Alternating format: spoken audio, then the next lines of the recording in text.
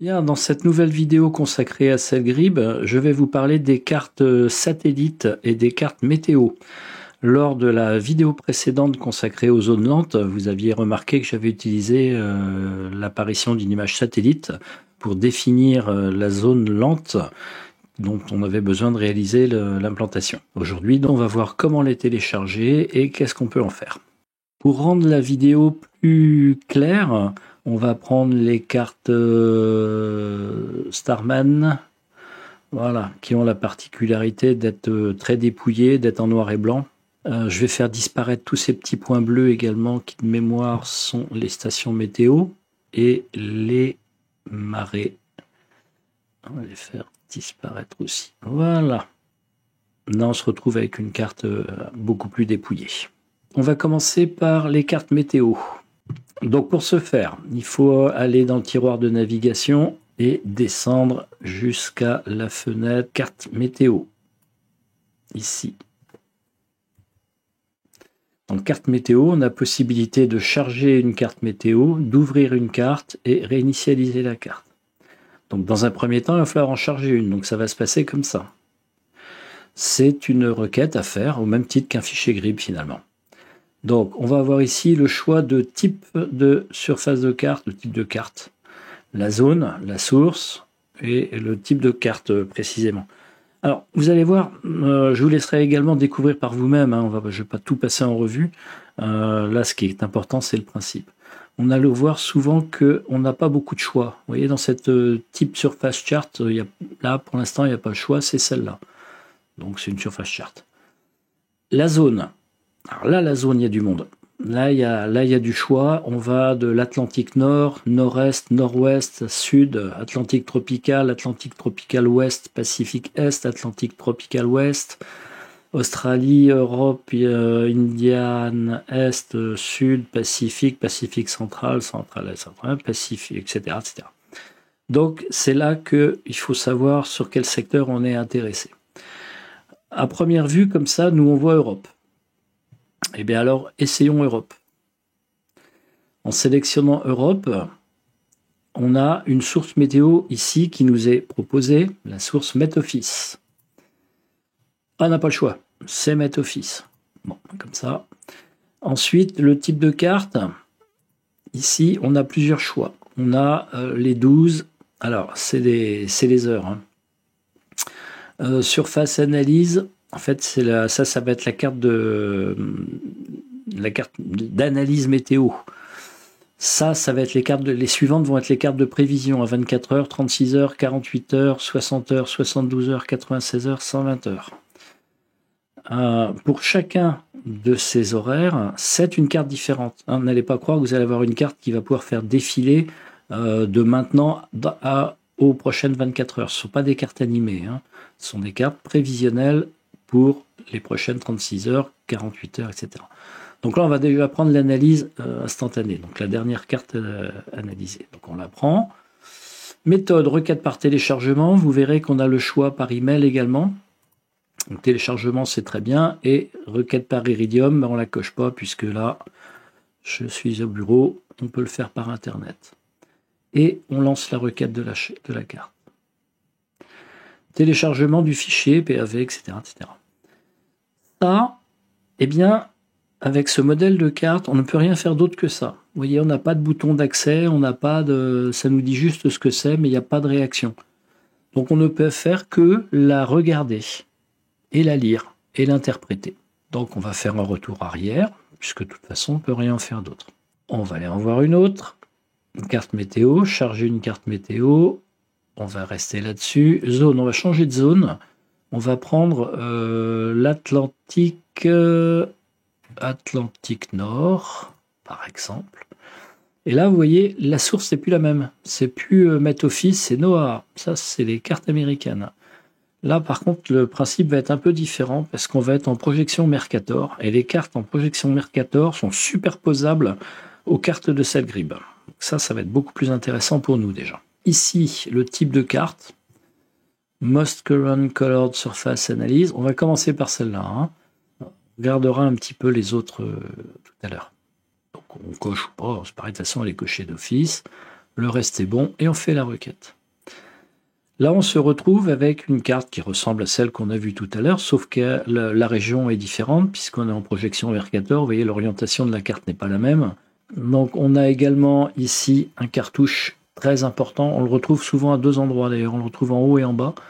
Il est très important parce que vous avez vu que cette fois-ci, on va vous demander de fixer la date de validité et fixer l'heure UTC de validité. Donc, il faut que les valeurs qui vous sont données ici et là soient les mêmes que celles correspondant aux cartouches, à la ligne valide et non pas à la ligne issue de. Donc valide, 6 heures UTC, 3 octobre 2022. 3 octobre 2022, c'est bon, c'est bien ça, parce que Cellgrib essaye de le détecter. L'heure de validité, non, il n'a pas réussi à la détecter, donc on va la mettre nous-mêmes. L'heure était à 6h00 UTC. 6h00, on valide. Et maintenant, on a des boutons ici qui permettent d'ouvrir la carte, ou d'annuler évidemment. Donc on va cliquer sur ouvrir. Et là, comme vous pouvez le constater, la carte météo se superpose aux cartes Cellgrib. On peut le faire par exemple si on met une carte, la carte par défaut. Voilà, si on met une carte Bing. Voilà, si on met une carte Navionics. Voilà. Mais vous voyez, c'est pas très lisible. Hein. Donc, pour l'étude météo, je dirais que les cartes Starman sont les mieux adaptées. Bien dépouillées également pour pas avoir trop de perturbations. Et là, on a toute la carte qui va donc de ce point-là jusque ici et qui couvre donc toute cette zone-là. Donc là, on peut zoomer un peu dessus, pas trop parce que ça reste une carte raster finalement, pas une carte vectorielle, hein, c'est pas dynamique. Donc on a les fronts qui sont dessinés en couleur, ça n'a pas d'importance. Hein. On voit quand même des fronts chauds et les fronts froids. Bon, c'est pas important que ce soit en couleur à partir du moment où on connaît bien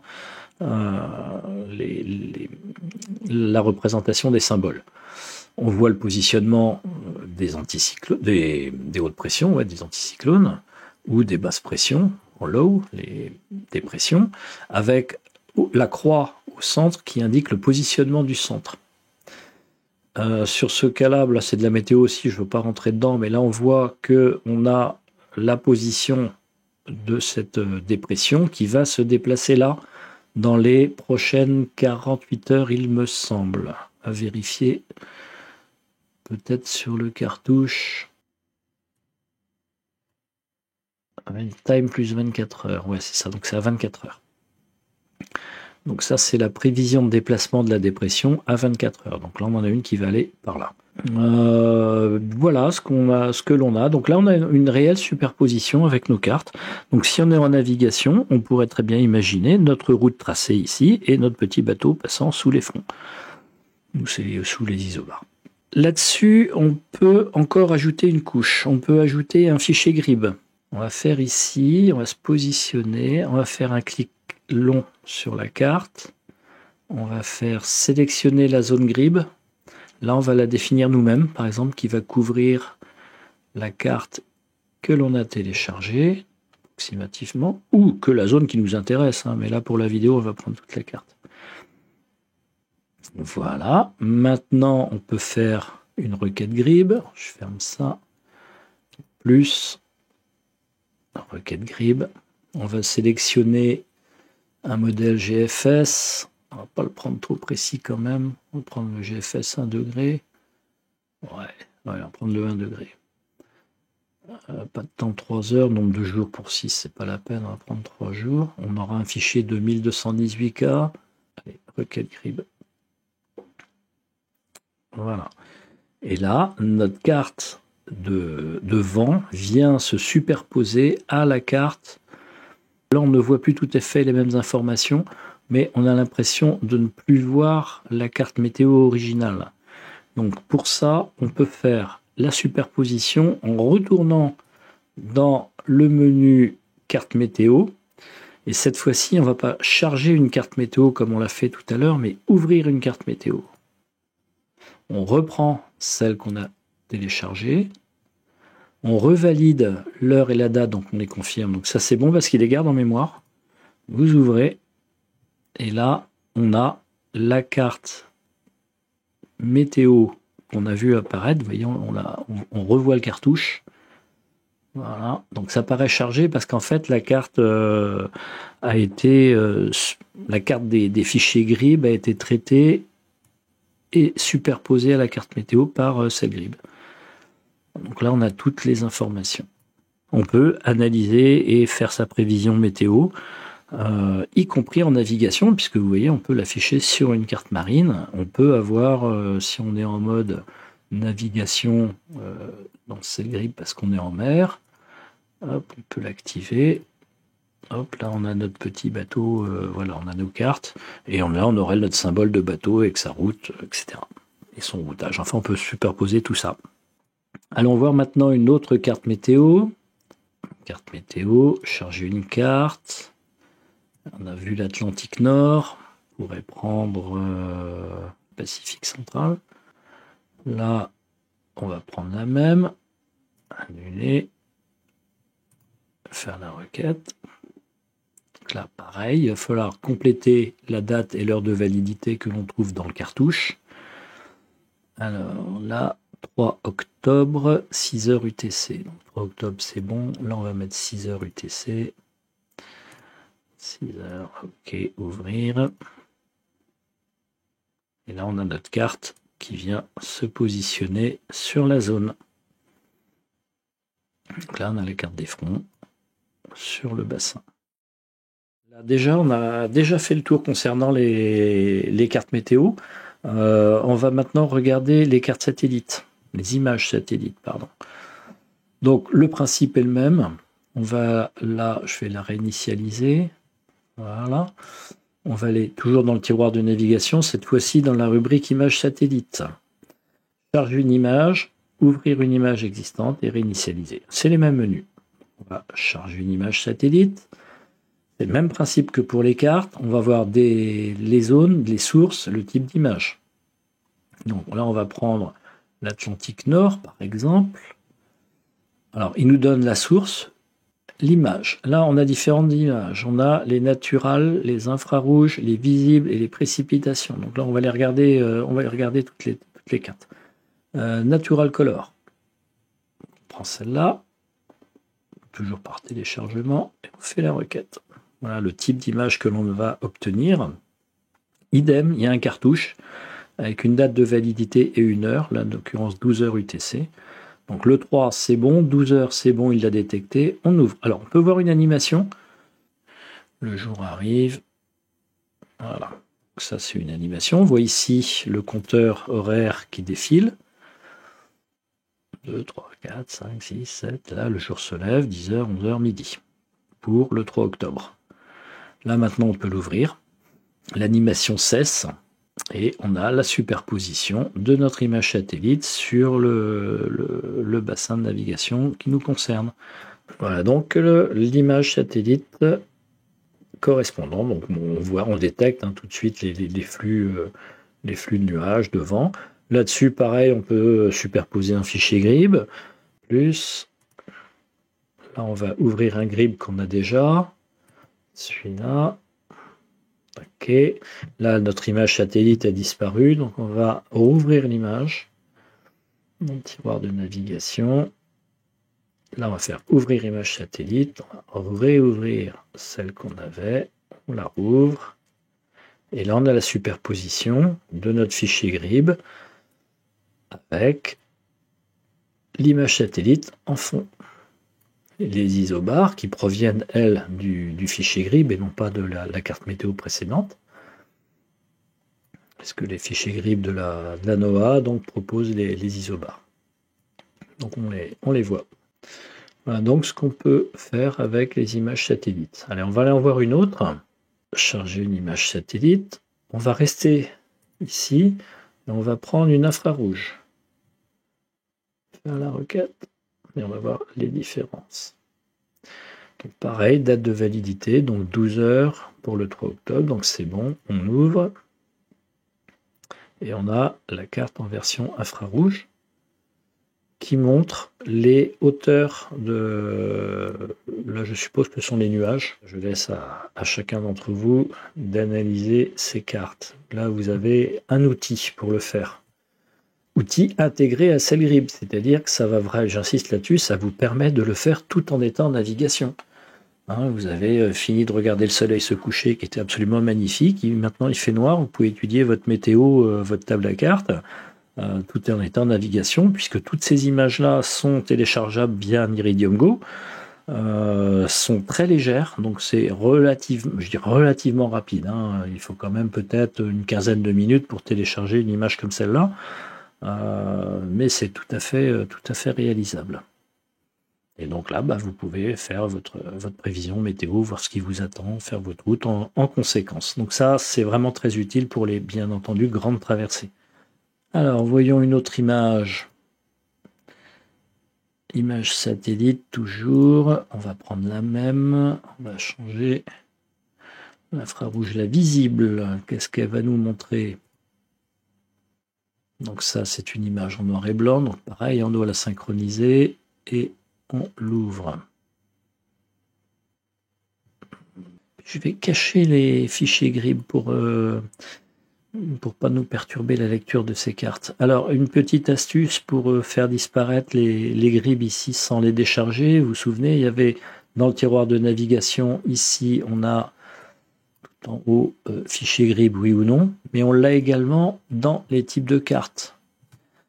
Ici, dans votre sélection de cartes, vous faites ça, et là, vous avez ce que vous voulez voir apparaître ou pas, les vents et les pressions. Donc, par exemple, on pourrait faire disparaître de notre carte les lignes barymétriques. Ou pas. On peut faire disparaître les vents ou pas. Voilà, là par exemple, on peut garder ça, ça peut être intéressant pour analyser.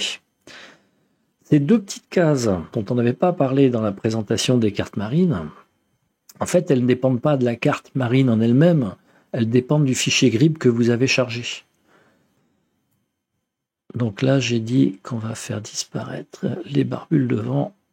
Et puis, non, c'est bien, on peut laisser les barymétriques. Ça permet de montrer la corrélation qu'il y a entre les flux de nuages, dans l'occurrence les isobars. Les zones anticycloniques, où effectivement il n'y a pas beaucoup de nuages, et les zones dépressionnaires, beaucoup plus chargées en nuages. Allez, on va regarder une autre. Charger une image satellite. Et la visible, les précipitations. Ça va nous dire quoi, ça? Donc ça, c'est la carte des précipitations, visiblement. 12 heures, c'est bien, c'est synchronisé, on l'ouvre. On n'est pas obligé de l'ouvrir, on peut regarder comme ça. Hein. Mais là, c'est mieux. Et là, on voit la pluie. Voilà, là, on voit les pluies. Tout simplement, avec leur densité. Plus c'est rouge, évidemment, plus ça tombe. Malgré la présence d'un anticyclone, ici on voit qu'il pleut. Alors, il pleut aux Açores. Donc voici les différentes cartes météo qui sont proposées par téléchargeables via Cellgrip. Voilà donc une rapide présentation des capacités de Cellgrip en matière d'affichage de cartes météo. Hein, donc vous avez bien les deux rubriques, images satellite, carte météo.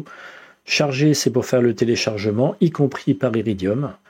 Ouvrir, c'est pour ouvrir une carte qui a déjà été téléchargée, hein, pas la peine de le refaire. Réinitialiser, c'est pour la remettre à zéro, la faire disparaître.